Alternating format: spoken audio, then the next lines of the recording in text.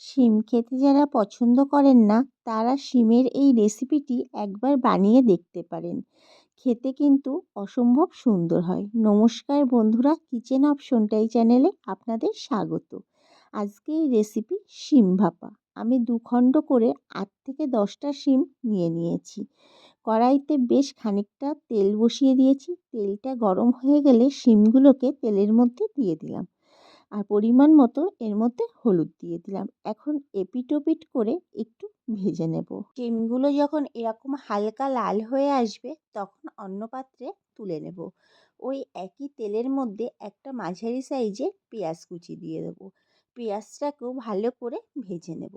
আমি এখানে কিন্তু পেঁয়াজ ভাজার সময় কোনো নুন বা হলুদ কিছুই ব্যবহার করিনি। পেঁয়াজটা যখন ভাজতে ভাজতে এরকম পর্যায়ে চলে আসবে তখন গ্যাসের ফ্লেমটাকে বন্ধ করে দেব।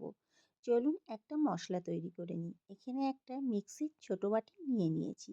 এর মধ্যে 1 চামচ কালো সর্ষে দিয়ে দিলাম, 2 চামচ পোস্ত দিয়ে দিলাম, আর 1 মুঠো নারকেল দিয়ে দিলাম, 2টো কাঁচা লঙ্কা দিয়ে দিলাম, আর এর মধ্যে দিয়ে দিলাম 1/2 চামচ হলুদ এবং 1/2 চামচ লবণ, আর দিয়ে দিলাম সামান্য পরিমাণ একটু চিনি। এখন মশলাটাকে পেস্ট করে নিয়েছি। একটা টিফিন কৌটো নিয়ে নিয়েছি। মশলার পেস্টটা টিফিন কৌটোর মধ্যে ঢেলে দেব। এখন ভেজে রাখা শিমগুলোকেও মশলার মধ্যে দিয়ে সব কিছুর সাথে ভালো করে মিশিয়ে নেব। এবার ভেজে রাখা পেঁয়াজটাকেও দিয়ে দিলাম। পেঁয়াজটাকেও সব কিছুর সাথে ভালো করে মিশিয়ে নিচ্ছি। একটা মাঝারি সাইজের টমেটোকে কুচি করে নিয়েছি, সেটাও দিয়ে দিলাম।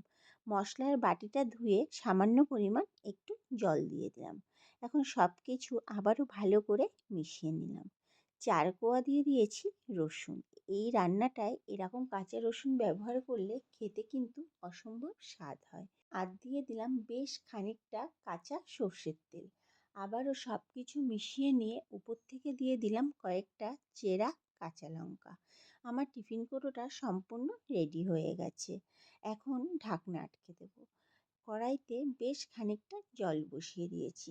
জলের মধ্যে এরকম একটা স্ট্যান্ড বসিয়ে দিলাম। জলটা যখন এরকম ফুটে উঠবে খুব সাবধানে টিফিন কৌটোটাকে বসিয়ে দেব। এখন ঢাকনাটা ঢেকে গ্যাসের ফ্লেমটাকে লো করে দিয়ে 15 মিনিট রেখে দেব। আমি এখানে ঢাকনার ছিদ্রটা একটা কাগজ দিয়ে আটকে দিয়েছি। 15 মিনিট পর ফিরে আসলাম। এখন গ্যাসের ফ্লেমটাকে বন্ধ করে দেব। ঠান্ডা হওয়ার পর টিফিন কৌটোটাকে নামিয়ে নেব।